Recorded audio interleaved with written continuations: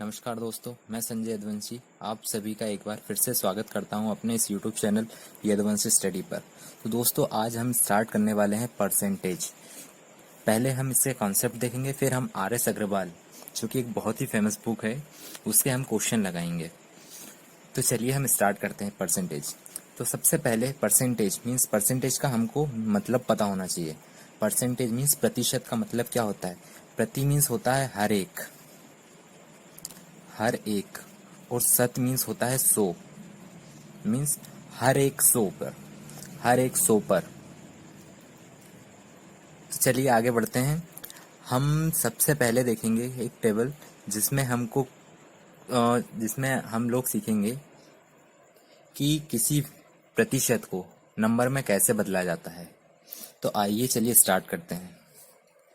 तो जैसे हमको पता है, हमको 100%, अब ये प्रतिशत में है, हमको इसको नंबर में बदलना है। तो नंबर में बदलने के लिए हमेशा 100 से भाग देंगे। किसी भी प्रतिशत को नंबर में बदलने के लिए उसमें 100 का भाग देते हैं। तो इस प्रकार से हमारा क्या आ जाएगा, 100% बराबर 1। अब जैसे हमको 50% का निकालना है, 50%, तो प्रतिशत से हमको नंबर में बदलना है। तो नंबर में बदलने के लिए 100 का भाग, तो ये कितना आ जाएगा, 1/2। तो हमारा 50% की वैल्यू क्या आ गई, 1/2 आ गई। दोस्तों हमेशा याद रखना, प्रतिशत से नंबर में बदलने के लिए 100 का भाग देते हैं। इसी प्रकार से हमको अगर कभी निकालना है 25% का निकालना है, तो 25/100, तो कितना आ जाएगा, 1/4। ये हमारी प्रतिशत वाली वैल्यू है और ये हमारा नंबर है। इसको हम प्रतिशत नहीं बोलेंगे, ये हमारा नंबर है। दोस्तों हम ये सब इसलिए सीख रहे हैं कि आगे चल के जब हम क्वेश्चंस करेंगे तो हमें सीधे परसेंटेज नहीं आएंगे। हमको कुछ परसेंटेज इस प्रकार से आएंगे, जैसे कि आ गया 16/2/3%। तो अब हमको इसकी वैल्यू नहीं पता है, तो हम इसकी वैल्यू नंबर में याद करेंगे। जैसे कि इसकी वैल्यू होती है 1/6। तो हमको इसकी जगह पर ये वैल्यू रख के हमको आंसर निकालना पड़ेगा। इसीलिए हम सीख रहे हैं कि किसी भी प्रतिशत को नंबर में कैसे बदलते हैं। तो चलिए आगे बढ़ते हैं। जैसे कि हमको निकालना है 10% निकालना है। 10% नंबर में कितना होगा, तो 10/100, तो कितना हो जाएगा, 1/10। ये प्रतिशत वाली वैल्यू है और ये नंबर वाली वैल्यू है। तो इसी प्रकार से और देख लेते हैं। जैसे कि हमको निकालना है 75%। 75% निकालना है, तो 75/100, 25 से कट जाएगा, 25×3 75 और 25×4 100। तो ये आ गई हमारी वैल्यू 3/4। ये जो 3/4 है, इसी की वैल्यू 75% है। तो आगे चल के हमें ऐसा भी देखना पड़ सकता है कि जैसे हमको 3/4 दे दिया है, तो हमको समझना पड़ेगा कि ये 3/4 75% के बराबर है। तो आगे बढ़ते हैं। अभी तो हमने यहाँ सीख लिया कि किसी भी प्रतिशत को नंबर में कैसे चेंज करते हैं, नंबर में कैसे बदलते हैं। अब हम सीखेंगे कि किसी भी नंबर को प्रतिशत में कैसे बदलते हैं। किसी भी नंबर को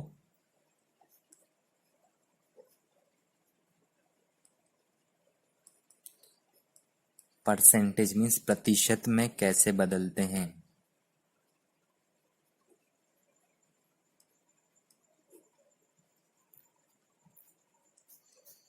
तो चलिए सीखते हैं।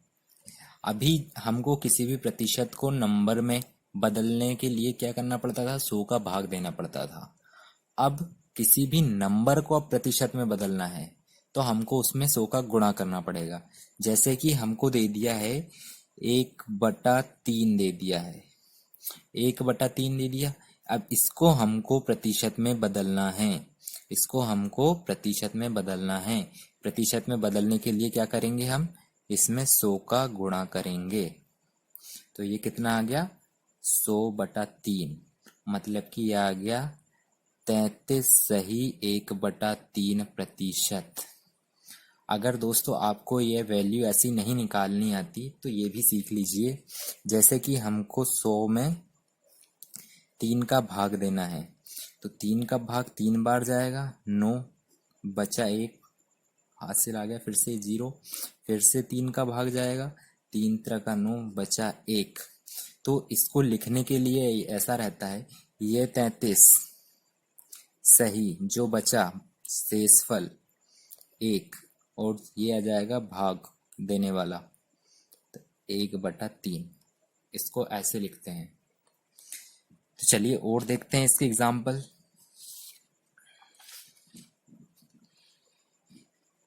जैसे कि हमको निकालना है 1/5। 1/5 कितना प्रतिशत होता है?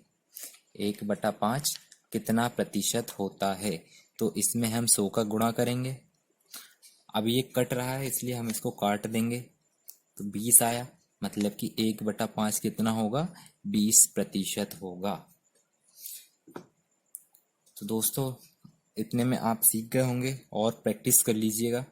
अब हम देखते हैं टेबल हमारा मेन, जिसको हमको याद करना ही है, और गारंटी है कि इतने क्वेश्चन करवाऊंगा मैं कि आपको इनको रटने की जरूरत ही नहीं पड़ेगी। आप वैसे ही चुटकी में आंसर देंगे कि कितना प्रतिशत कितना होता है। चलिए टेबल बनाते हैं। जैसे कि आपको पता है 100% कितना होता है? 1। 50%, 1/2, 25%, 1/4, 20%, 1/5, 10%, 1/10, और अभी निकाला था हमने 33 सही, 1/3%, 1/3 होता है। अगर हमको 1/6 की वैल्यू निकालनी है, जैसे कि हमको अगर कभी 1/6 की वैल्यू निकालनी है, प्रतिशत में कितना होता है, तो क्या करना रहता था? किसी नंबर को अगर प्रतिशत में कन्वर्ट करना है तो उसमें 100 का गुणा कर देते हैं। कितना आ गया? 100/6। अब भाग दे लेते हैं, 6 एकम 6, बचे 4, 6 6 36, और बचे कितने हैं? 4 बचे हैं, तो 4/6। अब 4/6 कट जाएगा, तो 2 दूनी 4 और 2 तिया 6, मतलब कि हमारा आंसर कितना आ गया? 16 सही 2/3%। तो इसी प्रकार से 1/6 की वैल्यू क्या आ गई? 16 सही 2/3%। तो इसी प्रकार से अगली वैल्यू भी निकाल सकते हैं। जैसे कि आ गया हमारा 1/7, तो 1/7 की वैल्यू होगी 14 सही 2/7%। अब 1/8, 1/8 कितना हो जाएगा? 1/8 हो जाएगा हमारा 12 सही 1/2%। 1/9, 1/9 हो जाएगा हमारा 11 सही 1/9%। और 1/10 का तो हमने निकाल ही लिया है, 1/10 की वैल्यू हमारे पास है, इसलिए अब 1/11, 1/11 की वैल्यू कितनी हो जाएगी? 1/11 की वैल्यू हो जाएगी 9 सही 1/11%। सॉरी दोस्तों, 1/11 की वैल्यू कितनी हो जाएगी? 9 सही 1/11%। चलिए आगे बढ़ते हैं। अब हमको निकालना है वैल्यू 1/12%। 1/12 की वैल्यू निकालनी है प्रतिशत में। 1/12 की वैल्यू प्रतिशत में होती है 8 सही 1/3%। 1/13 की निकालनी है, 1/13 की हो जाएगी 7 सही 9/13%। आगे देख लेते हैं। जैसे कि हमको 1/14 की निकालनी है, 1/14 की क्या हो जाएगी? 7 सही 1/7%। दोस्तों ये वैल्यू हमेशा याद रखना, ये बहुत ही ज़्यादा ज़रूरी है, ये हमको आगे ज़रूरत पड़ेगी। अब 1/14 हो गया, 1/15 की क्या हो जाएगी?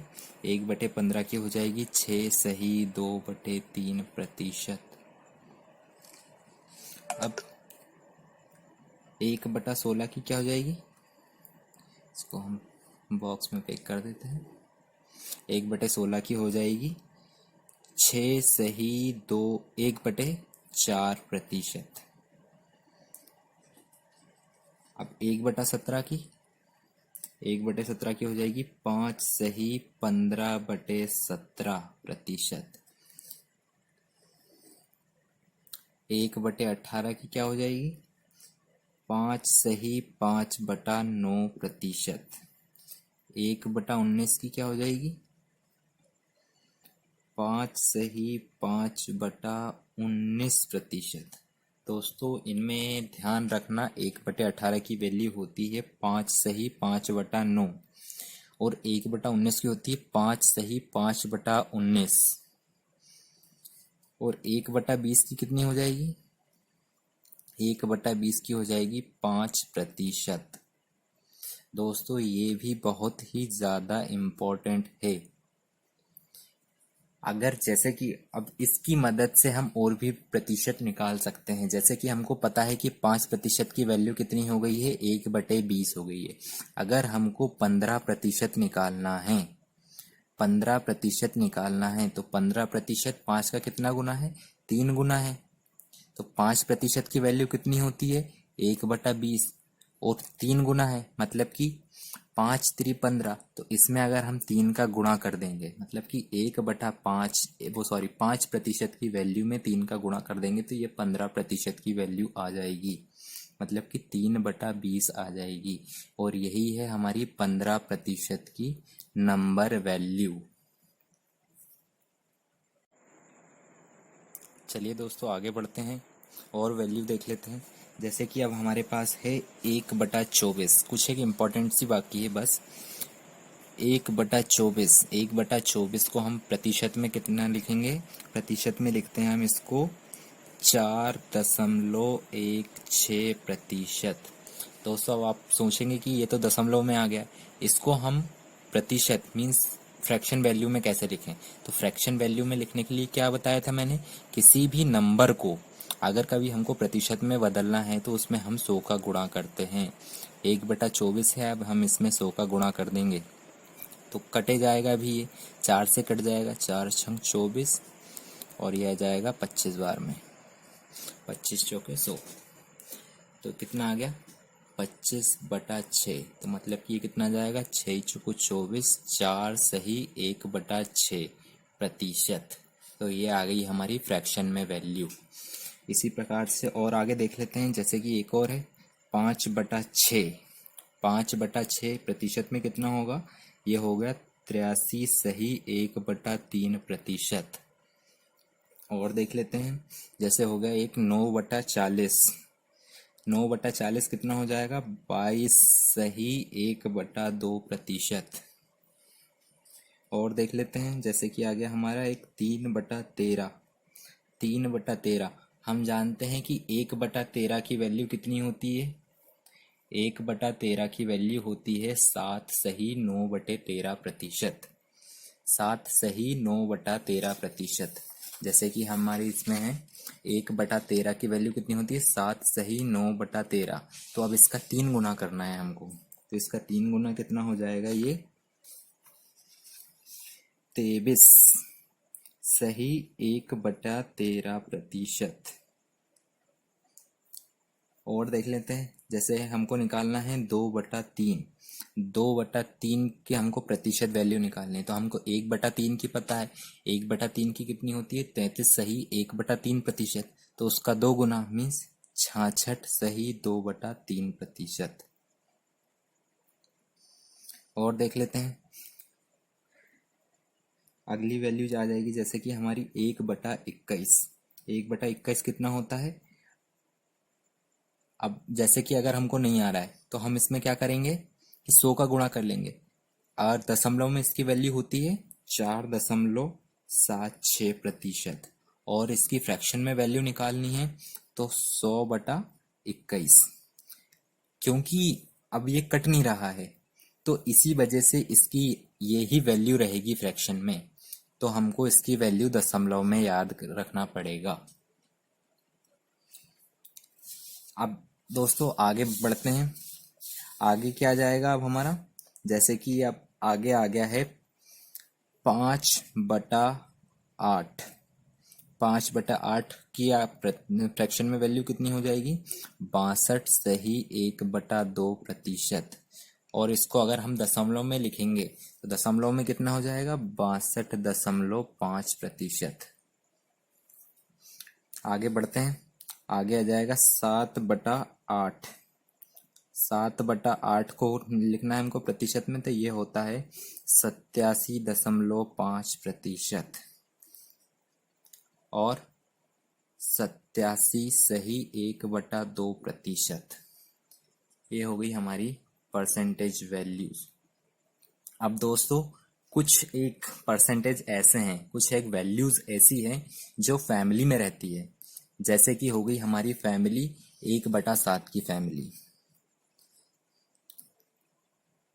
फैमिली 1/7 की, 1/7 कितना होता है, 1/7 होता है हमारा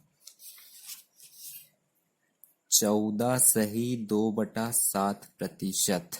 और इसी को अगर हमको दशमलव में लिखना है, दशमलव में कैसे लिखते हैं, अब जैसे कि हमको 1/7 को दशमलव में लिखना है, दशमलव में लिखने के लिए प्रतिशत में कन्वर्ट करना पड़ेगा पहले तो 1/7 में 100 का गुणा करेंगे, 1/7 गुणा 100 मतलब कि कितना हो गया ये 100/7। अब इसको दशमलव में करना है, दशमलव में करने के लिए भाग देंगे 100 में 7 का, तो भाग देने में ये आ जाएगा 7 चौको 28, बचे कितने 2। अब भाग नहीं जा रहा है तो दशमलव लगाएंगे, दशमलव लगा तो यहाँ 0 बढ़ेगा, तो 7 दूनी 14, बचे कितने फिर से, अब बचे हैं 6।